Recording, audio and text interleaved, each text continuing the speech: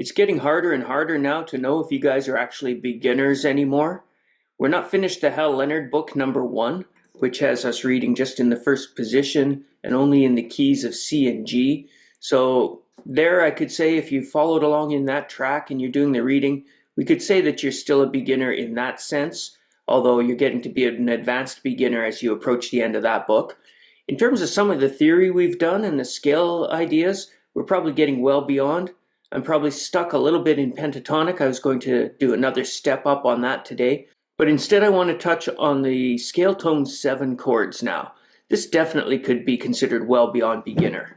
What you've learned so far is the 1, 4, and 5 in every key are major chords. In C, that is C, C, D, E, F is 4, G is 5. So you get C, F, G. That's the dominant chord, and it often has the 7 on it. Tension leading back to 1. So the primary chords are 1, 4, and 5. They're tonic, subdominant, and dominant. Dominant's probably the only one we've really talked about because that 5 chord is a dominant 7 chord. When we say it's dominant 7, we're talking about being a 5 chord. It is the 5th position of the scale, but when we make the chord on that note, it has the dominant 7 function. Your scale, we know, is built on a certain pattern, whole, whole, half, whole, whole, whole, half. That refers to whole steps being tones or 2 frets between notes. So C to D. I'll do one here actually. C to D is a whole step. We have another whole step in the scale, D to E. A half step to the 4th note, the F. Whole step to the 5th, the G. So there's a whole step between 4 and 5, F and G, remember that. Whole step from G to A, the 6. Whole step from A to B. B's the leading tone. Half a step away from the root again. Whole, whole, half, whole, whole, whole, half. So that's how you build your scale. We've learned C, F, G are major. They're the primary chords. The 2 is a D minor. E minor is 3. The relative minor is 6, A minor. And we have not learned the B diminished chord yet. I keep talking about it and ignoring it. The diminished triads have limited use for us at this point, but I want to get into the 7 so we can actually build up our diminished chord, our diminished 7 chord as well. So 1, 4, and 5 are major, 2, 3, and 6 are minor, they're secondary chords. The 7th is diminished, also a secondary chord. So we see that here. We see our whole and half steps to build the scale. There's the notes of the scale. In order to make each chord a triad, we start with the first note, we skip a note and get the next note. That's the 3rd of the scale in this case. It's also the 3rd of the chord. Skip a note and get another note. So you get a 1, 3, and 5, C, E, and G in the C chord. It's major because the 3rd is 2 whole steps away from C. 1, 3, and 5, major triad. Whole, whole, half, whole, whole, whole, half is how we define our scale. So there's 2 more places we could get 2 whole steps. One is on the F, so from F to A is whole step, whole step. From F to A is a major 3rd, so F, F-A-C, is a major chord, a major triad, 1, 3, and 5. Whole, whole, whole, half, so there's 2 more wholes for the G chord, so it's also a major triad, 1, 3, 5, G, B, and D would come here. I've pushed this into the 2nd octave so we can get past the root and see what else is coming up.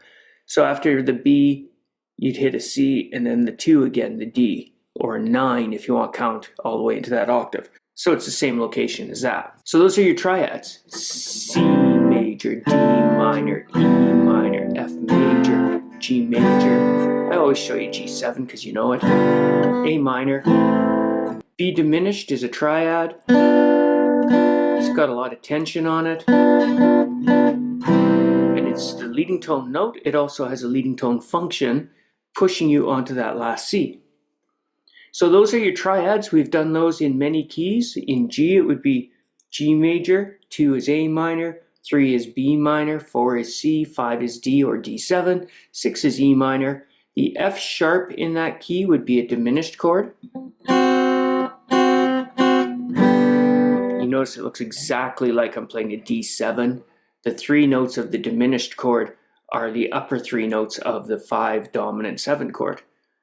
So every key would do that. According to its key signature, you get the same chords. 1, 4, 5 are major, 2, 3, 6 are minor, 6 is also the relative minor, and the 7 is diminished. The 2, 3, 6, and 7 are called secondary chords. We build our chords by stacking thirds. 1 to the 3. A third from 3 is 5, so we're going to add another third, the 7 for each chord. So in C, that would be C, E, G, and B. So I'll take a C chord, C, E, G, remove my pointer from the first fret of the second string, and open up that B string. There's your C major 7. A nice, lush, jazzy chord. If I build on F, which is also a major chord, F, its third is A. The third above that is C. That's the 5 of the F chord. A third above that would be an E. There's the E right before the F. We've seen this already, even when I was teaching you the very first F.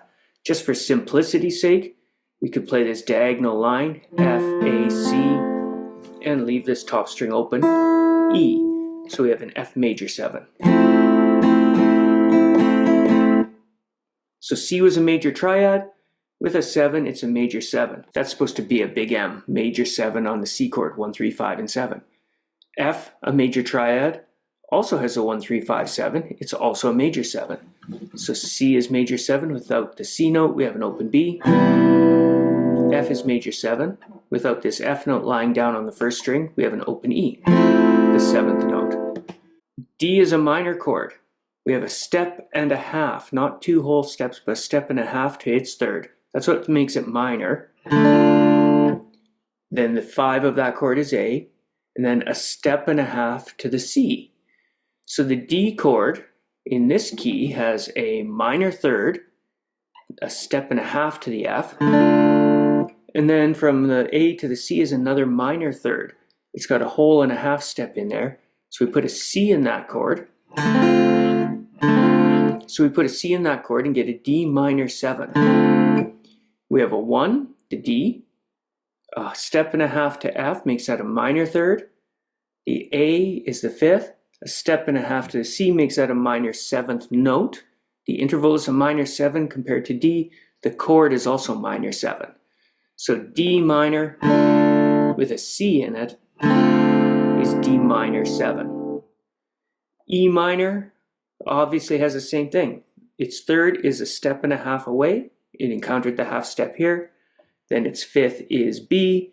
Then to get to the D, the 7th note after an E, we have another half step in there, half whole. So it's a minor third again.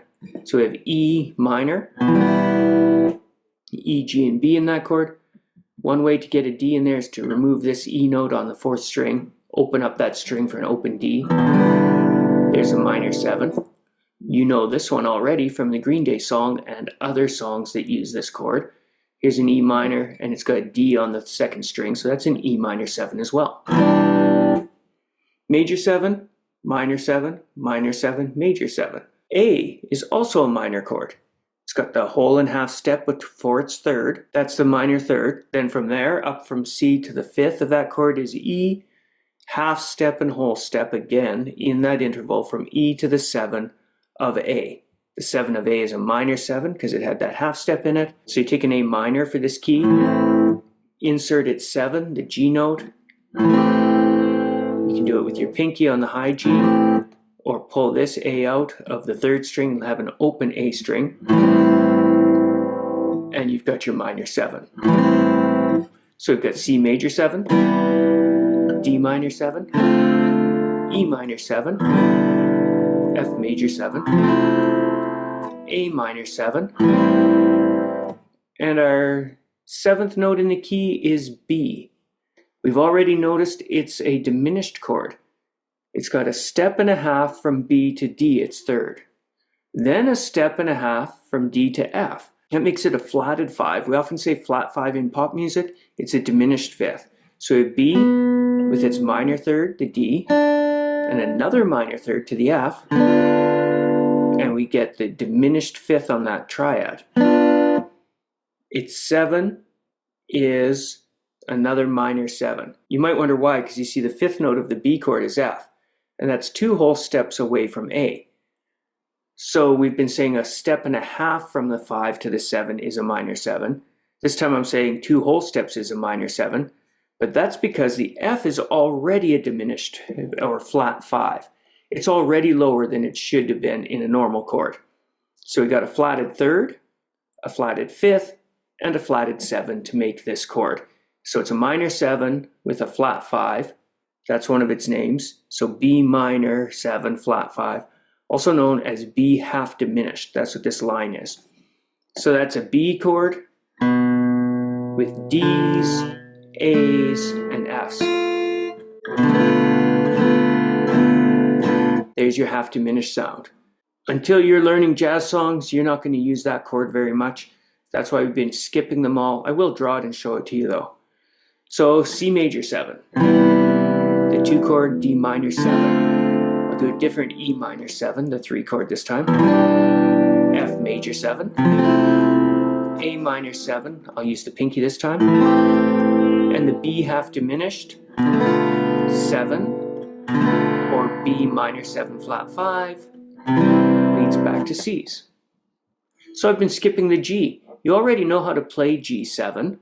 It's this G chord with an F note in it.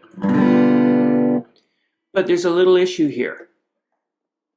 The C major triad became a C major 7 chord. The F major triad became an F major 7 chord. The G major triad becomes a G7 chord, more appropriately named the G dominant 7. That's its real name. It's not quite the same as the other two. Sure enough, we've got 2 whole steps from G to B, the 3rd. We've got our step and a half to the D, that's your 5th. So G, B, and D makes your major triad. But then a step and a half to its F, to its 7. We've said those are minor 7s. So the dominant 7 chord is the only major chord with a flatted or minor 7. It's got a different quality. Listen to the jazzy, lush sound of the C major 7, of the F major 7, versus the tense, dissonant, bluesy sound of the G dominant 7, which leads you back to C's. You can tell by looking why that's going to be a different kind of chord. If you count up from C to its 7th note, it's B. There we encounter one of our half steps. B to C is a half step apart. That B is a maximum distance, that's a major 7 above this C, being as close to that C as possible. Same thing occurs on F. When we build that chord up, F, 1, 2, 3, 4, 5, 6, 7. Its 7th note is this E, which again is a half step from F. There's our other half step in the scale. We only have 2 of them. So that E as a 7th note from F is as close as it can get on this end. It's as far away above F as it can be as a 7th note. Whole, half, whole, half. G's 7th note is F. G, A, B, C, D, E, F. But that encounters a whole step in the scale. So F's a whole step below G. It's not as far above as possible. It's a half step lower than a major 7th note. So it's a minor 7th note. We call it a G7. That just becomes our generic name. That's the kind of 7 chord we use the most. So instead of always saying dominant 7, you shorten that to 7. If you want anything else, you tell us. Okay, it's a 7, a G7 is G dominant 7. If I want something that's not dominant 7, I'll tell you it's major 7 or minor 7 or even minor 7 flat 5. So when you look at every chord and you look at its 7th, you'll notice the C's 7th is a half step below it. It's as far above as possible then, major 7. The D's 7 in this key is C. It's a whole step below. It's not as far above as possible, so it's a minor 7. E's 7 as you go around is D, also a whole step below it, also a minor or flat 7. F's 7 is E. It's a major 7 note because it's only a half a step away from F. G, although it's a major triad, has its 7 a whole step below it, and that's the dominant 7 with a minor 7 interval, or also known as a flat 7 interval, but the chord is dominant 7. A has a flat 7, B has a flat 7. So those are your scale tone 7 chords. And as you know, everything's about patterns and math in music. So what you do in C, you do in every key. So we have C major 7, D minor, the 2, E minor 7, the 3, F major 7, the 4, G dominant 7, here's another one, the 5, A minor 7, the 6, B, the 7th note, and C again. If I go into G, same story. From the key of G, the 7th note is F sharp. If this were the key of G, G, A, B, C, D, E, F sharp, and G. The 7th note is F sharp. So we don't play this F as we've been doing. We play F sharp. So G would be major 7 because we're in the key of G major. The 2 chord is A minor. It's a 7 as we saw in C. The B is a minor 7, the 3 chord. The 4 chord is C. It would occupy this space as a major 7 again. But now D is the 5. It's the D dominant 7. This D is replaced by this C in the D7 chord. You learned the chord by its shape before. Now you know why it's a D7 and not a D major 7. Because that C note, the 7th note in D, D, E, F, G, A, B, C, the 7th note, is not a half step from D, it's a whole step below it. So it's a major triad, D, with a flatted or minor 7, making it a D7. We're at E minor 7 now, the 6th chord in G, and then we need the F sharp half diminished chord. It's an F sharp minor chord with a flat 5, so C has to be flatted, and E, the 7th, has to be flat with relationship to F. So there's your F sharp half diminished. Again, a lot of tension there, leading you to the 1 chord. So again, your major triads, 1, 4, and 5, 2 of them become major 7s, the 1 and 4, because they are the notes following the half steps of the scale, so their 7th notes are half a step below them, or major 7 notes. The other major triad, the G, is sitting at this whole step, so it's a major triad, but its 7th is a little bit lower in relationship to it, so it's a dominant 7. The 2, 3, and 6 are all minor 7s. They've got minor thirds and minor 7s. When you call it a minor third or a minor 7, that means it's a step and a half above the previous chord tone. And then the diminished triad, the B, has a flat 3 or a minor third and a flat 5 or a diminished 5. So it's B, D, and F. And it also has a flat 7 or minor 7. So it's in B minor 7 with a flat 5. That's a lot of talk, a lot of chords. I'll give you the pictures of them and you can practice the chords themselves and add them to your big chord inventory. Thanks a lot, guys. Talk to you later. Bye. C, C major 7, D minor 7, E minor 7, or E minor 7 with an open D string, F major 7 with an open E string, G7 with an F natural in it, A minor 7, and B minor 7 with a flat 5, the F note. So it's B, D, A, B, and F.